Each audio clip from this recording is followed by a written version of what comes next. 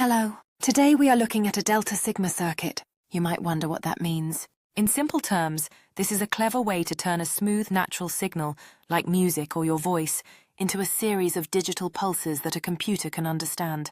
In the image you can see a complex map of components like resistors, capacitors and amplifiers. On the left the screen shows two lines. The red line is a triangle wave which goes up and down smoothly. The blue line is a square wave which jumps between high and low. The goal of this circuit is to use these shapes to represent information accurately. Think of it like a translator. It takes the smooth world we live in and translates it into the on and off language of digital devices. It does this by constantly checking the signal and making tiny corrections to keep the output as close to the original as possible. Let us break down the name. Delta stands for difference and sigma stands for sum or adding up. In this circuit, there is a constant tug-of-war happening.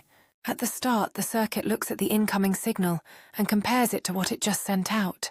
This difference is the delta. Then the circuit adds up these differences over time. This is the sigma part.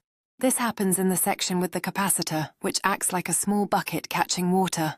If the bucket gets too full, the circuit knows the signal is high. If it stays empty, the signal is low. By constantly adding up these tiny differences, the circuit creates a very high-speed stream of bits. This method is great because it averages out small mistakes. Even if one pulse is slightly off, the adding up process fixes the error quickly. This makes the final digital version of your sound or data very clean and clear.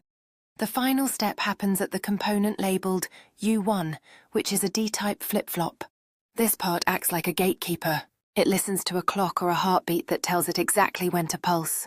Every time the clock ticks, the gatekeeper decides whether to send out a 1 or a 0 based on what the sigma bucket told it. If you look at the blue line on the screen, you see it jumping up and down. When the red line goes up, the blue pulses stay high more often. When the red line goes down, the blue pulses stay low. This is called density. Instead of measuring how tall a wave is, we measure how many pulses happen in a short time. Because the circuit does this thousands of times every second, it can capture every tiny detail of the original signal. This is why delta sigma technology is used in high-quality audio gear and precision tools. It is a simple but powerful way to bridge the gap between two worlds.